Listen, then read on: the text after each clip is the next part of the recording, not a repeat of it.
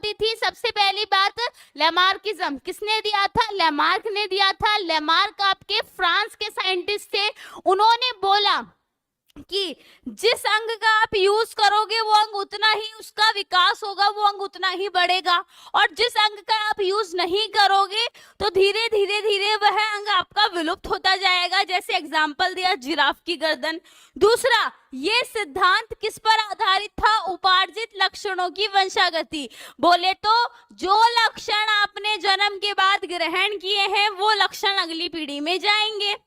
तो लेमार्क का mainly point क्या था? यही था, उपार्जित लक्षणों की वंशागति।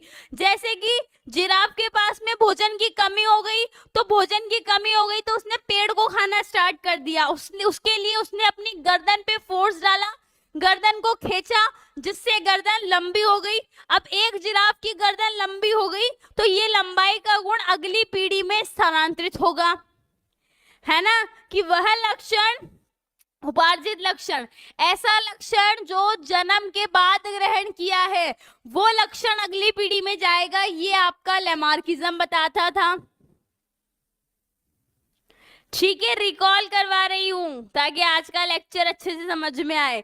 फिर लेमार्क ने मेनली 4 पॉइंट्स को ध्यान में रखा था। सबसे पहले तो था आंतरिक जैव बल। जैसे कि मान लो कि अगर मुझे मेरे हाथ को बड़ा करना है, या फिर अगर मैं मेरे हाथ के ऊपर फोर्स लगाऊंगी इंटरनल, तो मेरे हाथ की लेंथ बढ़ जाएगी।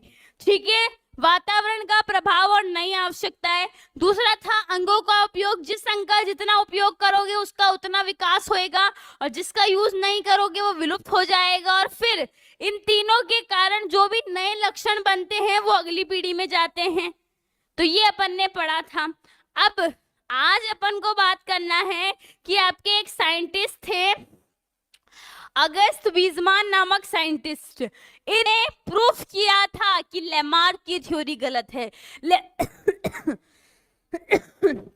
लेमार्क ने बोल दिया कि जस्ट लाइक आप सोचो कि लेमार्क के अकॉर्डिंग जो भी लक्षण, मेरी बात ध्यान से सुनना, अकॉर्डिंग टू लेमार्क के अकॉर्डिंग आपने जो भी लक्षण जन्म के बाद ग्रहण किए हैं वो आपकी संतान में, मतलब अगली पीढ़ी में जाते हैं।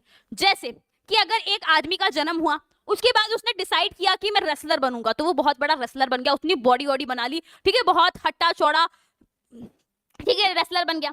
अब लेमार्क की थ्योरी के अकॉर्डिंग उसका बच्चे का जब जन्म होएगा तो उसका बच्चा भी बॉडी वॉडी बना हुआ रेसलर ही पैदा होना चाहिए, बट ऐसा नहीं होता है ना? एक आदमी भले ही, देखो, एक बच्चे जन्म हुआ, एक आदमी अपनी इच्छा से जन्म के बाद उसने चूज किया कि यार मैं रेसलर बनूंगा, तो रेसलर बनूंगा, वो जिम गया, उसने अपनी बॉडी बनाई, हेल्थ बन गई उसकी, ठीक है, उसके बाद में वो लड़ाई कर सकता है, उसकी जो लड़ाई करने की आर्ट है वो उसको सब कुछ आती है, बट ये उसके बच्चे में नहीं जाएगी। अगर उसके बच्चे का जन्म होगा तो वो एक नॉर्मल ह्यूमन बींग्स जैसा ही होगा। मतलब जो आपके उपार्जित लक्षण हैं वो अगली पीढ़ी में नहीं जाते हैं।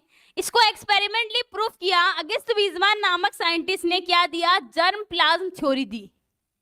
इसको बोलते हैं जर्म प्लाज्म